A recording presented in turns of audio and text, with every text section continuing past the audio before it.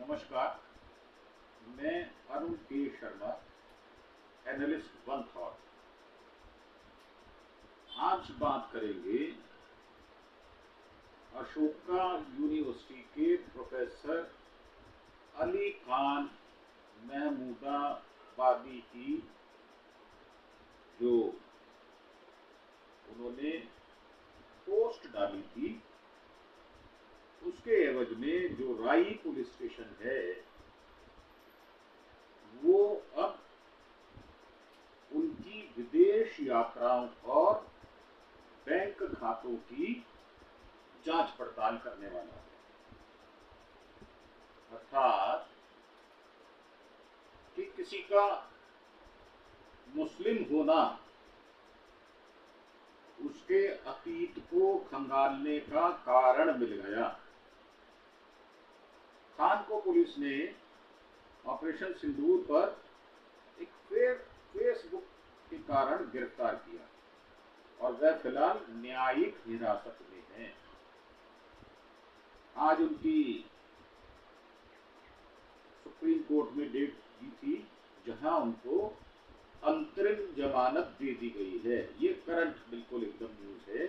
Haryana police ने बुधवार को सोनीपत अदालत के न्यायिक मजिस्ट्रेट से कहा कि उसे अशोका विश्वविद्यालय के प्रोफेसर अली खान महमूदाबादी की विदेश यात्राओं की जांच के लिए उनकी 7 दिन की हिरासत की जरूरत है। अब देखो आप, शासन प्रशासन जो होता है वो कितना चुस्त और चालाक होता है और मुसलमानों के लिए वो कितना एक्टिव हो जाता है, और यही उसकी तत्परता विजय शाह के चरणों में दम तोड़ देती है, जगदीश देवड़ा के चरणों में जाकर दम तोड़ देती है। सिर्फ राज्य बदलता है, सरकारें दोनों जगह बीजेपी की हैं और दोनों ही सरकारें एक ही कानून को 2 तरीके से अप्लाई करते हैं। शर्त ये है कि आप भारतीय जनता पार्टी के ना हो तब, और दूसरा आपका मुसलमान होना अति आवश्यक है। और अगर आप भारतीय जनता पार्टी के सदस्य हैं, उनके एमएलए हैं, एमएलसी हैं, लोकसभा के सदस्य हैं, आप राज्यसभा के सदस्य हैं और हिंदू हैं, तो फिर आप कुछ भी बोल सकते हैं। गटर की भाषा भी स्वीकार्य है, ऐसा भारतीय जनता पार्टी के आचरण से सिद्ध होता है। अब ये कहा गया है, खान को पुलिस ने ऑपरेशन सिंदूर पर फेसबुक पोस्ट करने के आरोप में गिरफ्तार किया है और वह फिलहाल न्यायिक हिरासत में है। खान की 7 दिन की हिरासत के लिए पुलिस ने अनुरोध को कल अदालत ने खारिज कर दिया था। हिरासत के लिए आधार प्रस्तुत करते हुए पुलिस ने अदालत को बताया, खान ने खुलासा किया कि वह 14 देशों की यात्रा कर चुके हैं। मोदी साहब 72 यात्राओं में 136 देशों की यात्रा कर चुके हैं। वो पैसा सरकार का फूक रहे हैं, आग लगा रहे हैं, उनकी जांच कब होगी? और उसकी सरकार उसकी यात्राओं का रिकॉर्ड प्राप्त करना चाहती है, तो उनके पासपोर्ट पर तो सारी एंट्री होनी चाहिए। तो रिकॉर्ड तो आपके पास है ऑलरेडी। आप पासपोर्ट विभाग से पता करें कि उनके पासपोर्ट के ऊपर कौन कौन से देश की यात्रा का स्टैंप लगा हुआ है। यह भी कहा गया कि उनके मोबाइल फोन और लैपटॉप को फॉरेंसिक साइंस लेबोरेटरीज के लिए, एफएसएल के लिए पंचकूला भेजा गया है और अभी तक रिपोर्ट प्राप्त नहीं हुई। यह पुलिस की टैक्टिस है, किसी व्यक्ति को वर्षों वर्षों उलझा देना। एक जेएनयू के अध्यक्ष जो हैं 4 साल से जेल में हैं और उनकी एफआईआर दर्ज होने के बाद उसको कोर्ट में पेश नहीं किया गया। ये दोहरी नीति दोगली बीजेपी पार्टी करती है। पुलिस शिक्षाविद और उनकी पत्नी के बैंक खातों की डिटेल भी खंगाल रही है। उसमें से केवड़ा निकलेगा और पुलिस सूंघेगी, ऐसा मुझे प्रतीत होता है। जवाब में खान ने अदालत को बताया कि वह कैम्ब्रिज विश्वविद्यालय के विद्वान हैं और विदेशों में उनके कई मित्र हैं। तो ये तो सबसे बड़ी खराब बात हो गई कि एक मुसलमान कैम्ब्रिज से पढ़कर आ जाए, तो इससे नेगेटिव बात क्या हो सकती है। जवाब में खान ने अदालत को बताया कि वे कैम्ब्रिज विश्वविद्यालय के विद्वान हैं। उनके वकील कपिल देव बलियान ने अदालत से कहा, इसलिए यह नहीं माना जा सकता कि उनका किसी राष्ट्र विरोधी तथ्यों से या तत्वों से कोई संबंध है। यह भी कहा गया है कि उनकी पत्नी के बैंक खातों की जानकारी पुलिस ने पहले ही हासिल कर ली थी। परंतु पुलिस शातिर होती है, अगर चाहे किसी को झूठे केसों में फंसाकर वर्षों वर्षों जेल रखे, तो पुलिस का ये चरित्र आम बात है पूरे देश के अंदर। खास तौर से अगर आप यूपी में जाएं, जो योगी बाबा की पुलिस है, उसके कैसे कैसे हथकंडे बीजेपी विरोधी पक्ष को दिखाए और बताए जाते हैं।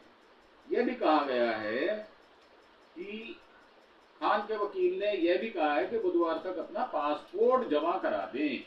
प्रस्तुत दलीलों पर विचार करने और नागरिक सुरक्षा संहिता के प्रावधानों को देखते हुए न्याय मजिस्ट्रेट आजाद सिंह साहब ने कहा है कि इस स्तर पर खान की पुलिस हिरासत के अनुरोध को खारिज कर दिया। न्यायालय ने कहा कि विशिष्ट तथ्यों और परिस्थितियों पर विचार करते हुए इस न्यायालय का विचार है कि चूंकि अपेक्षित विवरण अभी भी जांच एजेंसी को प्राप्त नहीं हुए हैं, इसलिए बीएनएसएस की धारा 187/2 के अनुसार सब जांच के पहले 60 दिनों में पुलिस हिरासत मांगी जा सकती है।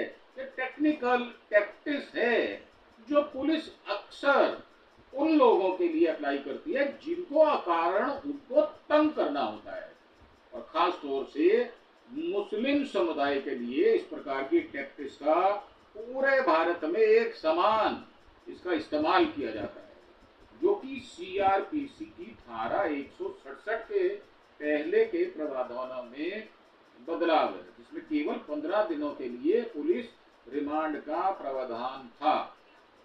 इसमें यह भी कहा गया है कि जांच अधिकारी जरूरत पड़ने पर नया आवेदन दाखिल कर सकते हैं। इसलिए खान को 27 मई तक न्यायिक हिरासत में भेज दिया गया।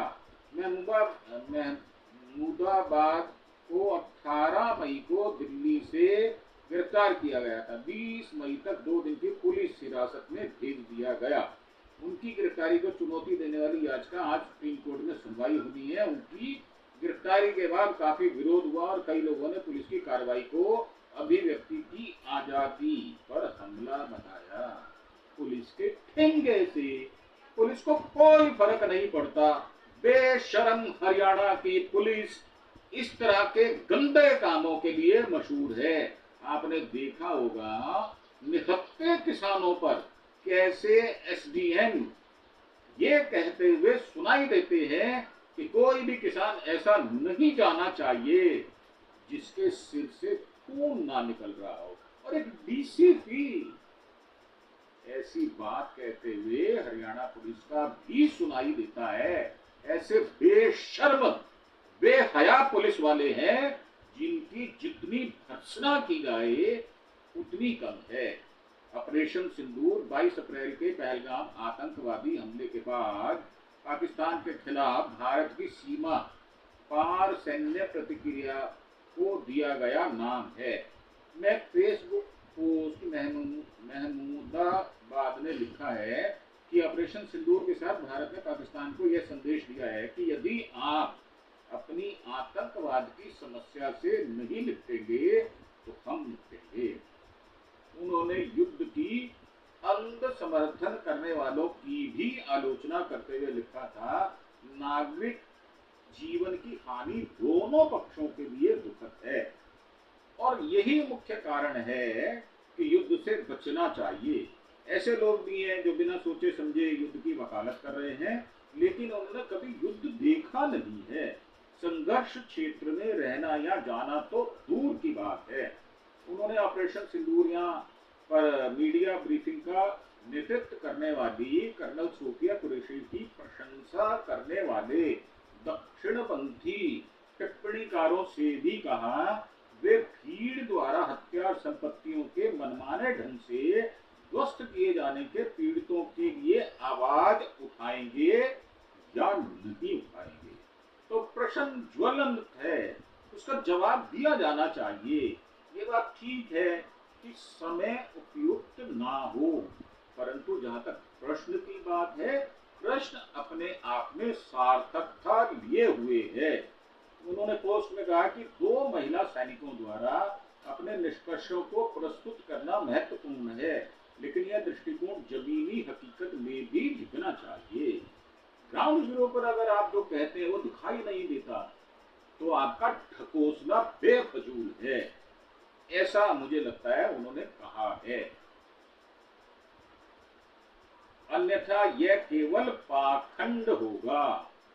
जब एक प्रमुख मुस्लिम राजनेता ने पाकिस्तान मुर्दाबाद कहा और ऐसा करने के लिए पाकिस्तानियों द्वारा उसे ट्रोल किया गया, भारतीय दक्षिणपंथी टिप्पणीकारों ने यह कहकर उसका बचाव किया कि वह हमारा मुल्ला है।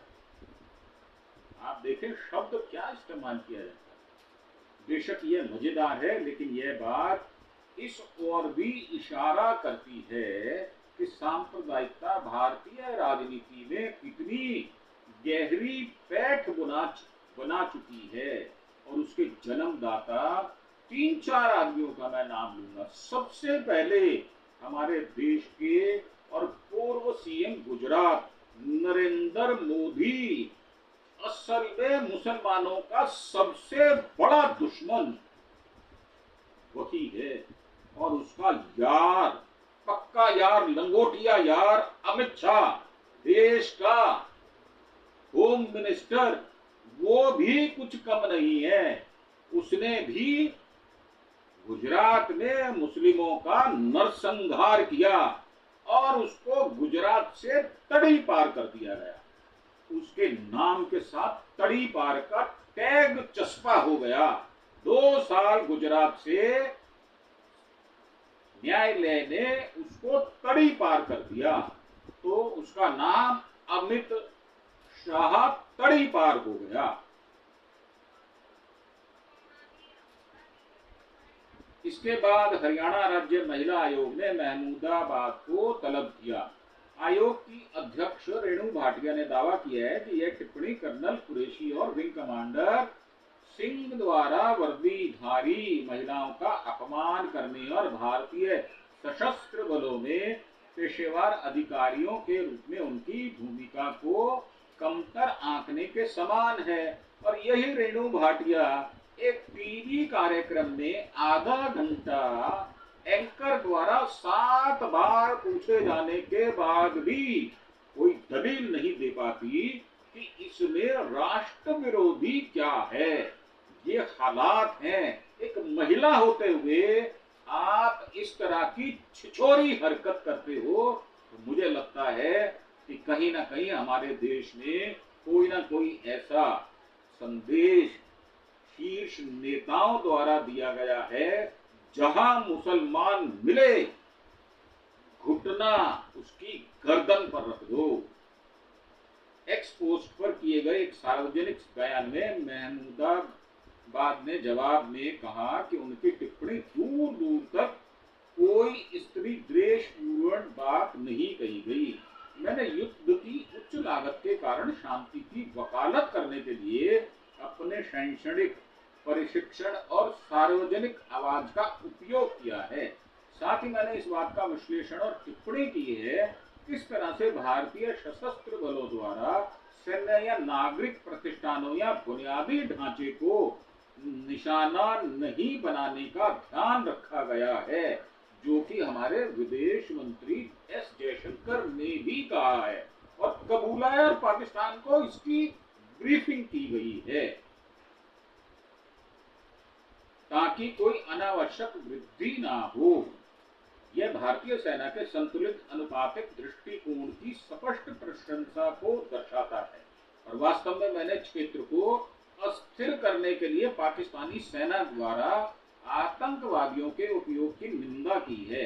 वास्तव में मेरे विश्लेषण में मैंने दिखाया है कि इससे पाकिस्तान सेना पर यह सुनिश्चित करने की जिम्मेदारी आती है कि वह अब आतंकवादियों, गैर राज्य अधिनाताओं के पीछे छिप ना सके।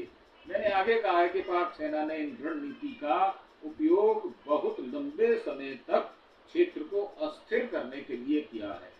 सशस्त्र संघर्ष की मानवीय लागत को कम करने के लिए एक गहन नैतिक प्रतिबद्धता से प्रेरित होकर मेरे बयान केवल नागरिक जनता के कुछ वर्गों द्वारा प्रदर्शित बयानबाजी की जातियों और लापरवाह युद्धोन्माद पर चिंता व्यक्त करते हैं। उन्होंने समझाया, हालांकि भाटिया के दावे के कारण महमूदाबाद के खिलाफ प्रथम सूचना रिपोर्ट FIR दर्ज की गई, जिसके बाद उसे गिरफ्तार कर लिया गया। भारतीय युवा जनता मोर्चा के महासचिव और जठेरी गांव के सरपंच योगेश जठेरी की शिकायत पर भी उनके खिलाफ दूसरी FIR दर्ज की गई। महमूदाबाद पहले से ही दूसरे मामले में न्यायिक हिरासत में है। अब आप देखें कि भारतीय जनता पार्टी अपने कैसे कैसे मोहरे, उनके चमचे, उनके दलाल, उनकी दलाली करने वाले कैसी कैसी घटनाओं को अंजाम देते हैं, ये देश को स्पष्ट होता जा रहा है। और ये भ्रम भी टूट रहा है कि हमारा देश का प्रधानमंत्री, हमारे देश का होम मिनिस्टर बड़ा ही पाक साफ है। दरअसल वो प्रपंच का सबसे बड़ा जादूगर है। और सही बात ये है कि वो टपोरियों की भाषा भी बोलता है।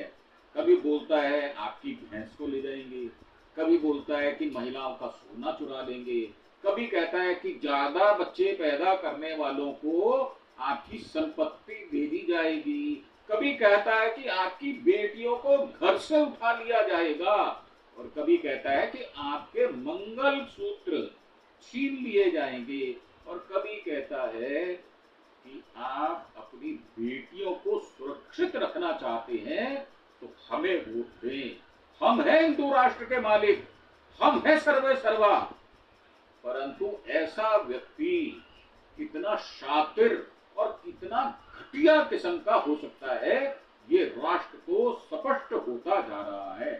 एक ही कानून जो खान साहब के लिए अलग है और उनके चेले चपाटे, उनके तलवे चाटने वाला विजय शाह, जगदीश देवड़ा के लिए वही कानून कैसे बदल दिया जाता है। उन्हीं धाराओं में हाई कोर्ट द्वारा स्वतः संज्ञान लिया गया और मुकदमा दर्ज किया गया।